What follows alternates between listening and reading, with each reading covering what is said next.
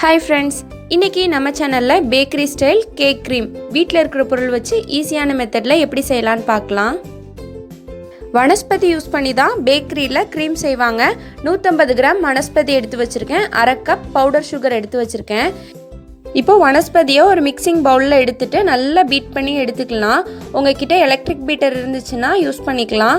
அப்படி இல்லைன்னா விஸ்கோ இல்லை ஃபோக் வச்சு கூட நீங்கள் பீட் பண்ணி எடுத்தனா க்ரீம் நல்லா சூப்பராக வரும். இப்போ 3 மினிட்ஸ் நல்லா பீட் பண்ணிக்கலாம். க்ரீம் நல்லா சாஃப்டானதும் கொஞ்சம் கொஞ்சமாக பவுடர் சுகர் சேர்த்து மிக்ஸ் பண்ணி எடுத்துக்க போகிறோம். நான் இன்றைக்கி 1/2 kg கேக் டெக்கரேட் பண்ணுறதுக்காக 150 கிராம் வனஸ்பதி 1/2 கப் அளவுக்கு பவுடர் சுகர் எடுத்திருக்கேன். உங்கள் டேஸ்ட்டுக்கு தகுந்த மாதிரி பவுடர் சுகரோட அளவை கொஞ்சம் கூடவோ இல்லை குறையவோ சேர்த்துக்கலாம். வனஸ்பதி வேண்டான்னு நினைக்கிறவங்க வனஸ்பதிக்கு பதிலாக 150 கிராம் பட்டர் யூஸ் பண்ணிக்கலாம். Chocolate frosting, egg white whipping cream எல்லாமே ஆல்ரெடி நம்ம சேனலில் வீடியோ அப்லோட் பண்ணியிருக்கோம். டிஸ்கிரிப்ஷனில் லிங்க் கொடுக்குறேன், தேவைப்படுறவங்க செக் பண்ணி பார்த்துக்கோங்க. வனஸ்பதி வச்சு க்ரீம் செய்கிறதுனால பட்டர் க்ரீம் அளவுக்கு ரொம்ப டைம் எடுக்காது. ரொம்ப சீக்கிரமே க்ரீம் ரெடி ஆயிரும். எனக்கு கிட்டத்தட்ட 10 மினிட்ஸில் க்ரீம் ரெடி ஆயிடுச்சு. நீங்கள் பீட் பண்ணுற ஸ்பீடை பொறுத்து ஒரு 5 நிமிஷம் கூடவோ இல்லை குறையவோ ஆகலாம். எலக்ட்ரிக் பீட்டர் யூஸ் பண்ணி க்ரீம் செய்யும் போது 2 மினிட்ஸில் கூட இந்த க்ரீம் ரெடி பண்ணிடலாம். இப்போ அவ்வளோதான், பவுடர் சுகர் எல்லாத்தையுமே நம்ம மிக்ஸ் பண்ணியாச்சு. இப்போ ஃப்ளேவருக்காக கொஞ்சமாக வெனிலா எசன்ஸ் சேர்த்து மிக்ஸ் பண்ணிக்கலாம். இப்போ அவ்வளோதான், சூப்பரான பேக்கரி ஸ்டைல் க்ரீம் ரெடி பண்ணியாச்சு. இப்போ நம்மளுக்கு தேவைப்பட்டுச்சுன்னா கொஞ்சமாக ஃபுட் கலர் ஆட் பண்ணிக்கலாம். நான் இன்றைக்கி கொஞ்சமாக blue colour food colour add பண்ண போகிறேன். இப்போது ஃபுட் கலர் ஆட் பண்ணதுக்கப்புறமா நல்லா மிக்ஸ் பண்ணிக்கலாம்.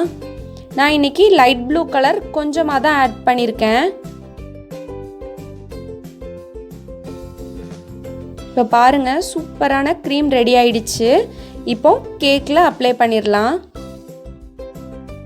வெண்ணிலா கேக்கில் தான் அப்ளை பண்ணுறேன். கேக்கோட ரெசிபி டிஸ்கிரிப்ஷனில் கொடுத்துருக்கேன், தேவைப்படுறவங்க செக் பண்ணி பார்த்துக்கோங்க.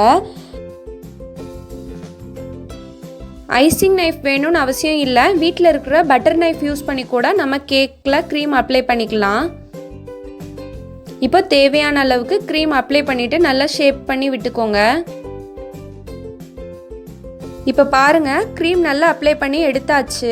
இப்போ மீதி இருக்கிற க்ரீமில் டிசைன் பண்ணுறதுக்காக நம்ம இன்னும் கொஞ்சம் ஃபுட் கலர் ஆட் பண்ணிடலாம். இன்னும் கொஞ்சம் ஃபுட் கலர் ஆட் பண்ணிவிட்டு நல்லா மிக்ஸ் பண்ணி விட்டுக்கோங்க. ஒரு டார்க்கான ப்ளூ கலர் நான் எடுத்திருக்கேன். இப்போ ஒரு பைப்பிங் பேக்கில் டிசைன் பண்ணுறதுக்காக நாசில் போட்டுட்டு க்ரீம் ஃபில் பண்ணி எடுத்துக்கலாம். இப்போ அவ்வளோதான், நம்ம விருப்பத்துக்கு ஏற்ற மாதிரி கேக் டிசைன் பண்ணிக்கலாம். இதே மெத்தடில் தான் கடைகளில் கேக் க்ரீம் ரெடி பண்ணுறாங்க. கண்டிப்பாக நீங்களும் ட்ரை பண்ணி பார்த்துட்டு எப்படி இருந்துச்சுன்னு உங்கள் ஃபீட்பேக்கை கமெண்ட்ஸில் சொல்லுங்கள். இந்த வீடியோ உங்கள் எல்லாருக்கும் பிடிச்சிருந்துச்சுன்னா லைக் பண்ணுங்கள், ஷேர் பண்ணுங்கள், நம்ம சேனலை சப்ஸ்கிரைப் பண்ணிக்கோங்க. Thank you friends.